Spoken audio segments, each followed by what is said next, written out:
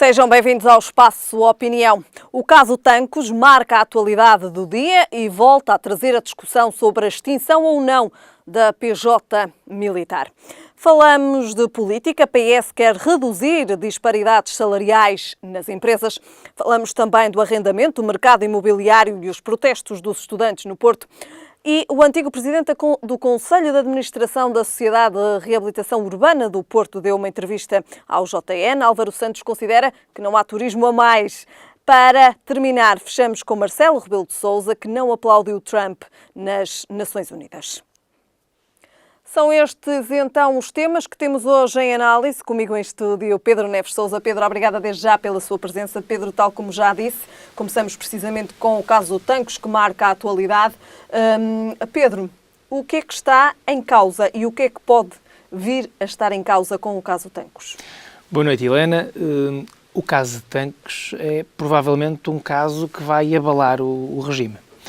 Um dos pilares do Estado português e de qualquer Estado e da própria democracia portuguesa está relacionada com as suas Forças Armadas. Um dos pilares é a defesa nacional. Aliás, é uma das funções do Estado, que consta da própria Constituição, e o exercício de poder político, se nós pensarmos bem, mesmo na hierarquia do Estado, o Ministro da Defesa está sempre próximo do Primeiro-Ministro. Portanto, é sempre um dos primeiros ministros, um dos mais importantes no Conselho de Ministros. O que está aqui em causa não é apenas um roubo de armamento e o aparecimento do armamento. Não, o que está aqui em causa é muito mais grave do que isso. Primeiro, há aqui uma imagem das Forças Armadas que, para além dos envolvidos, há uma imagem genérica das Forças Armadas que sai abalada. Há uma descredibilização daquilo que é, nomeadamente, a Polícia Judiciária Militar e, nomeadamente, as Forças Armadas Portuguesas, e esta é a primeira nota importante. Em segundo lugar, há também uma nota relativamente à função ou não, ou à utilidade ou não, da própria Polícia Judiciária Militar, e aqui fazer um pequeno parênteses, porque se é verdade que nós temos uma Polícia Judiciária para tratar de todos os crimes que ocorrem em Portugal, temos também uma Polícia Judiciária Militar que trata de ilícitos relacionados com a atividade militar. Mas essa também é a grande questão que agora se levanta com o caso Tancos, se de facto faz ou não sentido continuar a existir esta PJ militar. Já aconteceu, e há uns anos atrás... Já se pediu a extinção? Extinguiram-se, por exemplo, os tribunais militares, que eram tribunais autónomos, fora da chamada jurisdição comum, e foram integrados na jurisdição comum através de tribunais criminais no Porto e em Lisboa. E há juízes militares que fazem parte de coletivos, exatamente nas chamadas varas criminais, nos tribunais mais importantes de primeira instância, sob o ponto de vista criminal, e é lá que são julgados estes delitos criminais militares. Mas, estranhamente, a parte que faz a investigação criminal, digamos, de factos militares, não foi extinta. E, portanto, o que nós temos é uma Polícia Judiciária Militar que funciona no seio e sob a hierarquia das Forças Armadas. E isto leva-nos também a esta questão. Ora, se no fim da linha, quando existe uma acusação, se quem vai julgar já não é um tribunal militar, quem investiga, por outro lado, acaba por haver aqui uma Polícia Judiciária Militar e não bate, digamos, a bota com a perdigota. O que é que acontece neste caso? Mais uma vez é levantada esta questão. Curiosamente, um dos primeiros a levantar esta questão foi o atual Primeiro-Ministro, quando tinha a pasta da Justiça. E levantou esta questão da Polícia Judiciária Militar, no sentido de dizer, não, já que extinguimos os tribunais militares, vamos também extinguir a Polícia Judiciária Militar. E penso Seria uma consequência direta da extinção dos E eu penso que o caso Tancos militares vai ser o golpe de misericórdia para a PJ Militar. Se já havia dúvidas relativamente a esta matéria, embora fosse um assunto esquecido nos últimos tempos... E com a prisão do diretor da PJ... E com a detenção de 8 elementos, um deles, o diretor da PJ Militar, nós o que descobrimos agora é que, ao fim e ao cabo, houve efetivamente um desaparecimento dessas mesmas armas. Parece ter existido o envolvimento não só daquele ex-militar, traficante de droga e traficante de armas, que terá sido o autor material deste roubo, mas também com a ajuda de militares, e nomeadamente de elementos da PJ Militar. O que saiu cá para fora é muito grave. Isto começou a ganhar uma dimensão mediática, quando o caso veio cá para fora, porque desaparecia arsenal militar dos nossos quartéis. Isto só por si é preocupante. E depois nós tínhamos também um aspecto que é importante e que veio agora à estampa ontem, é que havia um envolvimento, isto é, descoberto aquele que efetivamente ou materialmente teria levado a cabo este crime, combinou com a PJ Militar e diz-se também com a própria GNR, colocar o material num determinado sítio, avisar as entidades de forma a que esse material fosse descoberto estranhamente a não sei quantos quilómetros de Tancos. Ora, para além de ser bizarro, todo este caso é grave. E esta detenção, se há uma detenção por parte da PJ, que também aqui estava, digamos, quase como um tolo no meio da ponte, porque por um lado era uma competência da PJ Militar e por outro lado é a própria PJ que está a investigar um crime e ordenar a detenção do diretor da PJ Militar. Também ontem a informação de que dispomos diz que havia ali uma certa conflitualidade entre a PJ Militar e a Polícia Judiciária relativamente à competência, o que era de quê? A PJ Militar ao não ceder dados à Polícia Judiciária, inclusivamente a PJ Militar, avisou a GNR de Lolé e não avisou a Polícia Judiciária que sabia que estava a investigar esta questão. Como é que foi gerido todo este processo? Quer pelos poderes políticos, quer pelos poderes militares? Helena, eu penso que nós aqui temos dois planos. Temos um plano militar, onde as coisas correram mal porque aparentemente houve um envolvimento de altos responsáveis da hierarquia militar e, portanto, corre mal por causa disso. E depois temos o plano político, onde o Ministro da Defesa já tinha vindo a fazer afirmações que eram no mínimo estranhas. Quando apareceu o material, ele disse, não sei se apareceu o material todo, se não apareceu. Ele próprio parecia não saber bem o que se passava. E se calhar ele já tinha algumas informações relativamente a estes problemas e a esta situação que agora todos nós conhecemos. No plano político, o que vimos já foi o CDS, digamos, a chegar-se à frente, ele próprio que também já tinha avançado, e relembro-me que o CDS e o próprio Presidente da República andaram, digamos, na frente desta batalha política. O CDS pediu já uma comissão parlamentar de inquérito, ao que o PSD ainda não se pronunciou e o PS disse que não se opunha. Eu penso que com este alarme que existe, no plano político tem que ser retiradas consequências. Ainda não se sabe, na minha opinião e com os dados que dispomos, se foi feita uma boa gestão política por parte do Governo, nomeadamente do Ministro da Defesa. Porque recorde-se que, para além desta Comissão Parlamentar de Inquérito, há uma Comissão Parlamentar de Defesa, que muitas vezes tem reuniões confidenciais, das quais não se lavram atas, ou quando se lavram atas elas próprias são secretas, e esta Comissão Parlamentar de Defesa deve ter estado atenta a esta situação. E eu não estou certo, porque os próprios ainda não vieram pronunciar-se, se esta Comissão Parlamentar de Inquérito, constituída por outros elementos, mas também por deputados da Assembleia da República, se tinham ou não tinham conhecimento de todos estes factos. E o CDS pede aqui, depois então de todas estas novas informações que vieram a público, pede aqui uma nova comissão de inquérito. Uma comissão de inquérito, mas relativa, e apenas relativa ao plano político, isto é, eu penso que o CDS aqui quer é ferir se o Ministro da Defesa, perante os elementos de que dispunha, e nós não sabemos que elementos é que ele dispunha, se agiu bem ou agiu mal, isto é, se ele poderia ter tomado mais medidas ou não, se ele tinha ou não conhecimento de um envolvimento da PJ Militar ou de altas patentes militares. E isto nós não sabemos. Agora, que é preciso investigar, e penso que o Presidente Marcelo Rebelo de Sousa foi muito claro, ele deu o murro na mesa relativamente a esta questão e digo, eu quero saber o que é que se passa, até porque ele é exigiu que, de facto, ele é o chefe supremo das Forças Armadas, enquanto Presidente da República, portanto, ele quer saber o que se passa, até pela função que ocupa, esta função específica de chefe supremo das Forças Armadas. Se desaparece arsenal militar, é preciso saber o que é que aconteceu. E se ele depois aparece, e aparece da forma estranha, esquisita e bizarra como apareceu, então aí é mesmo preciso haver uma explicação. E esta Comissão Parlamentar de Inquérito, penso que vai, pelo menos, abrir essa porta para que todos os portugueses possam saber a verdade. É necessária? Eu julgo que sim, e julgo difícil, politicamente muito difícil, defender posição contrária. Não estou a ver o PSD, ou o Bloco de Esquerda, ou o CDU, ou aduzirem aqui qualquer tipo de oposição à constituição desta Comissão Parlamentar. Agora, o CDS andou à frente dos outros, isso é verdade. Como é que fica a imagem neste momento das forças militares e aqui também da Polícia Judiciária Militar? Ultimamente houve um conjunto de anos onde não se falou muito de Forças Armadas. As Forças Armadas, como sabemos, tiveram um papel preponderante no 25 de Abril de 74, tiveram depois também um papel importante através do movimento das Forças Armadas naquilo que foi a gestão do país e a estabilização e a consolidação da nossa democracia, e depois durante uns anos, durante umas décadas, não se ouviu muito falar das Forças Armadas. A verdade é que hoje este caso já é o segundo.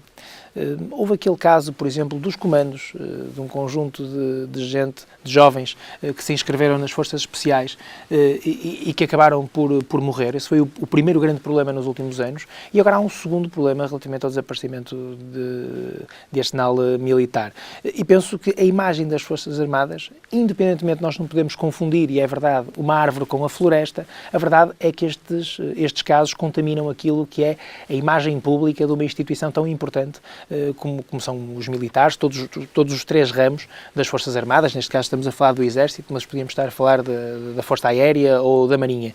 Mas as Forças Armadas são um pilar da nossa sociedade, isto é, nós sabemos que, se por acaso fazemos parte de grupos organizados de Estados e se fôssemos atacados teríamos a solidariedade de um conjunto de países com quem estabelecemos protocolos e convenções, mas de todo modo nós olhamos sempre às Forças Armadas como ao limite, isto é, se formos invadidos aquele é o nosso exército, são eles que nos vão defender e perceber que há corrupção, associação criminosa, tráfico de armas ou que pode haver um envolvimento de grandes responsáveis militares nestes crimes ou na prática destes crimes, é óbvio que isto não dá boa imagem. Se calhar quem está na base cumpre todas as regras, mas se quem está em cima, e aqui parece que foi o que aconteceu, não cumpre essas mesmas regras, o caso começa a assumir contornos de gravidade e a imagem pública, a imagem que os portugueses hoje têm das Forças Armadas depois das notícias de ontem não são positivas, de certeza. Muito bem.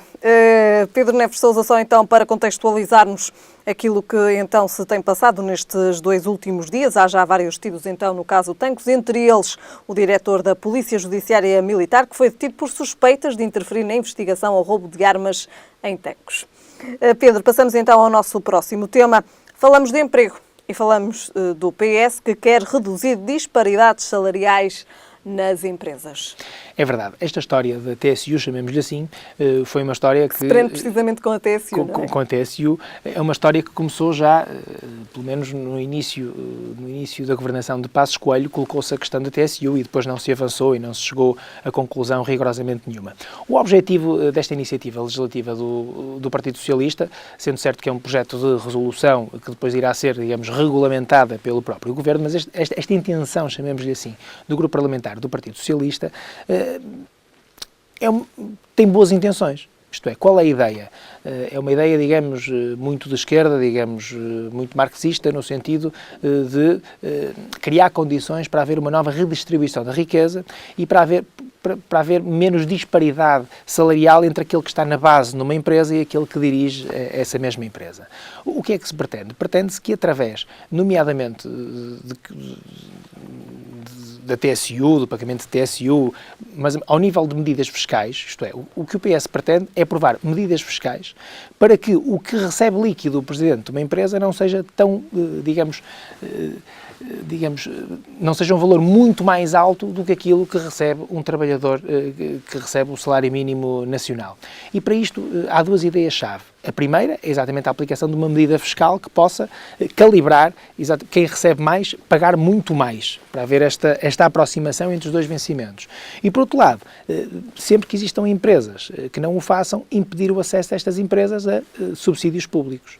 Portanto, o que pretende o Partido Socialista com esta iniciativa, sendo que não é nada de concreto, porque diz que depois é ao Governo que compete, digamos, aferir estes valores, o que pretende o Partido Socialista é anunciar uma medida 1 ano antes das eleições, no sentido de dizer que o Partido Socialista pretende uma aproximação... É uma medida eleitoralista, no seu ponto de vista? Parece-me que sim, porque se fosse uma medida séria já devia ter sido apresentada com todos os seus considerandos, que aqui não aconteceu.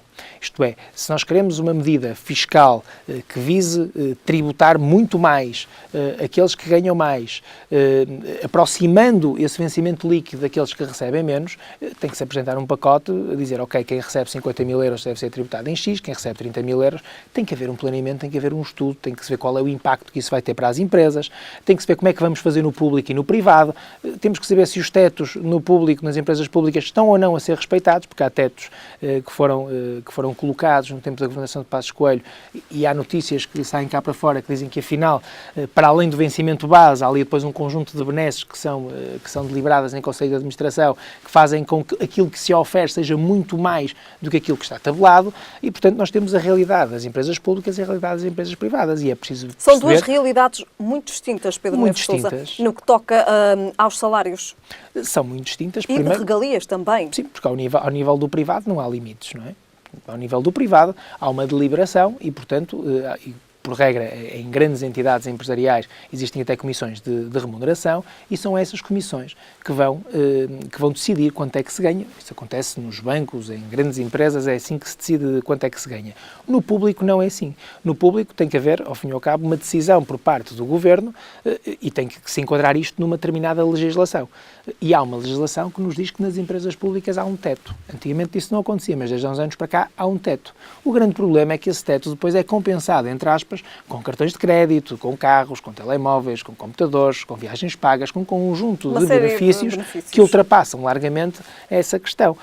Agora, para as empresas privadas, o Estado, quando legisla ou quando toma uma decisão destas, que não está uma decisão tomada nem pouco mais ou menos, tem que falar com os parceiros sociais. E esta iniciativa do PS não faz qualquer menção a uma reunião com os parceiros sociais, com as entidades empregadoras. Nós não podemos apresentar uma decisão que vai afetar, nomeadamente, a economia e as finanças de uma sociedade comercial, que por acaso tem como objetivo o lucro e que por acaso até... Queremos todos que crie mais riqueza, crie mais postos de trabalho e apresentar uma medida fiscal que vai penalizar quem está no topo de hierarquia e que acaba por criar mais despesa também, se quiser dar o mesmo vencimento, criar mais despesa para essa mesma empresa. Muito bem. Pedro, falamos agora de um outro tema que já aqui por diversas vezes também abordámos. Falamos do mercado imobiliário e dos valores das rendas e, de facto, também de como este mercado imobiliário e estes valores das rendas afetam também aqui os jovens estudantes. Pedro, acredita que esta questão do mercado imobiliário, esta bolha, então, como é diversas vezes então chamada, irá sofrer uma queda? Sofrerá uma queda se a economia portuguesa deixar de crescer, se os bancos voltarem a fechar a torneira, digamos, aos portugueses e se desaparecerem os incentivos fiscais que existem para que os estrangeiros venham para Portugal. O mercado imobiliário, digamos, voltou ao ativo, voltou a aquecer, digamos assim, após anos de grande paralisação.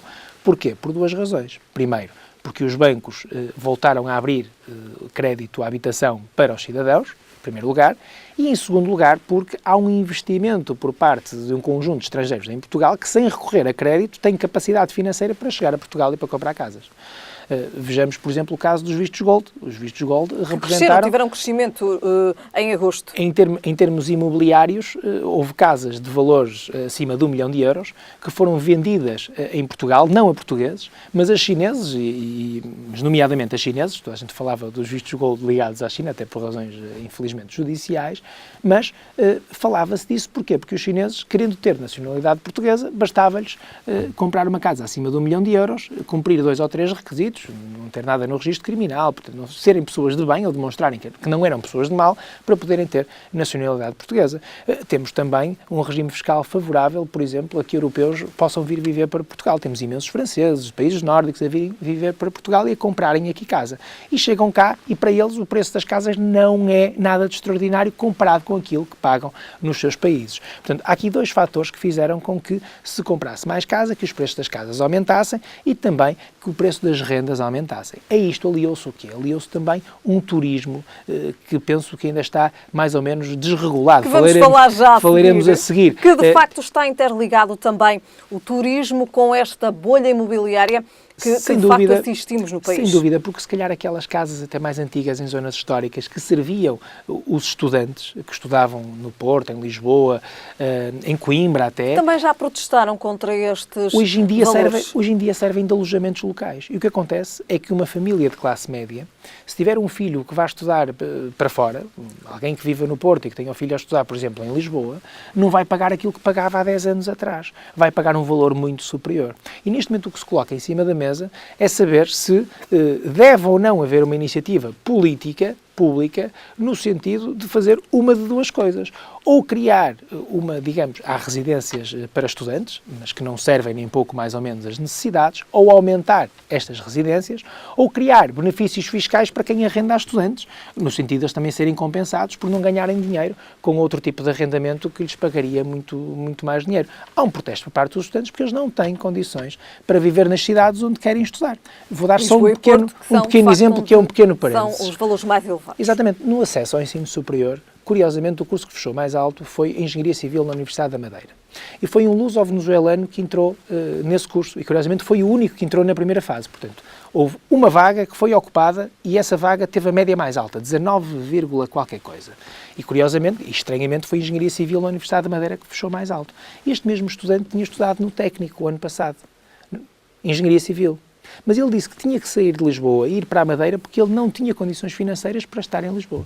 E, portanto, teve que se candidatar para a Madeira, onde tinha família, para poder tirar a sua licenciatura. E isto é inacreditável e é inadmissível, porque veda o acesso, nomeadamente, a uma boa universidade, e o técnico de Lisboa é conhecido como uma das melhores universidades ao nível de engenharia, uma das melhores faculdades ao nível de engenharia, e acaba por um estudante, neste caso, por acaso, o que teve melhor média. Portanto, estamos a falar daquele que teve melhor resultado em termos nacionais, em vez de se impedir de estudar numa universidade, ter que ir para outra, porque tem problemas financeiros e o Estado não está ali ao lado para o auxiliar. E isto é um problema. Pedro, de facto, então, aqui também os alunos, então, os estudantes universitários, mais concretamente, a manifestarem-se contra os preços elevados do arrendamento. E agora também, como há pouco disse, precisamente, que este também é um tema que está diretamente relacionado com o turismo. E agora sim podemos passar, então, ao nosso próximo tema e podemos analisar, então, aqui as declarações do ex-presidente do Conselho de Administração da Sociedade de Reabilitação Urbana do Porto, que considera que não há turismo a mais, há pessoas a menos nas cidades. São então declarações de Álvaro Santos numa entrevista ao Jornal de Notícias, que hoje então está para quem a quiser então aceder. Nós temos aqui duas realidades, isto é, não há turismo a mais na perspectiva, por exemplo, de um comerciante. Pelo contrário, se nós tivermos um restaurante, uma loja de brindes, na Baixa do Porto ou na Baixa de Lisboa, nós achamos que quanto mais turistas, melhor, porque quanto mais turistas aparecerem, mais pagam, mais compram, mais eu faturo. Portanto, quanto a isso, não há dúvidas nenhumas. Agora, a verdadeira questão que se tem colocado é como é que nós vamos relacionar este boom do turístico em grandes centros urbanos com as pessoas que lá vivem, com os autóctones, isto é, com os portugueses, com os lisboetas, que querem viver na sua cidade e não conseguem. Não conseguem porquê? Porque mesmo que tenham lá uma casa, pensam assim, se me pagam de arrendamento um balúrdio, perdoe-me o termo, eu se calhar prefiro arrendar, ir viver para Gondomar ou para Gaia ou para a Maia e sair do centro do Porto.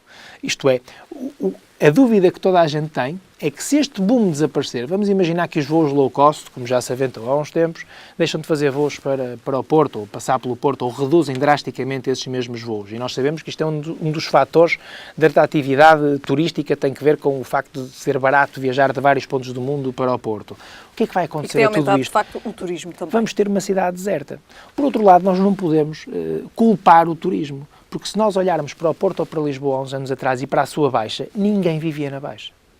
Eram casas decrépitas, a cair, e vivia lá uma população demasiado envelhecida, muito tolhida por toxicodependência, muito tolhida por furtos, por roubos, porque não havia pessoas na rua. A partir de uma determinada hora ninguém andava na Baixa do Porto e ninguém andava na Baixa de Lisboa. Hoje em dia acontece o contrário. Hoje em dia há movimento, há pessoas a circularem por todo lado, há reabilitação urbana, e não é por acaso que foi o professor Álvaro Santos que falou disto, tanto particular como público, há um investimento público acompanhado também de investimento privado. Os próprios particulares querem recuperar as suas casas, mas por regra não é para ir para lá viver.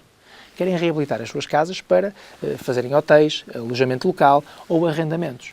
Ora, os estudantes no meio disto tudo não se cruzam, porque o que paga um turista no Porto não é, por um fim de semana, não é se multiplicarmos isso por 30 dias, não é o que vai pagar de renda um estudante. E, portanto, temos aqui um determinado problema. Eu percebo quando o professor Álvaro Santos diz que não há turismo a mais. É verdade, não há turismo a mais. O que falta é regulamentar isto tudo. Falta essa regulamentação do turismo nos grandes centros urbanos. Isto foi uma explosão do turismo que entrou pelas nossas portas, e ainda bem, porque em termos daquilo que é um aumento da receita pública... Estamos a terminar, Pedro, ainda temos outro tema. Há aqui um reflexo, mas a verdade é que nós vemos que isto está desregulado e temos estes problemas laterais que são problemas sérios, como o caso dos estudantes. Muito bem. Pedro, falamos agora e muito brevemente, falamos de Marcelo Rebelo de Sousa, que não aplaudiu Donald Trump nas Nações Unidas.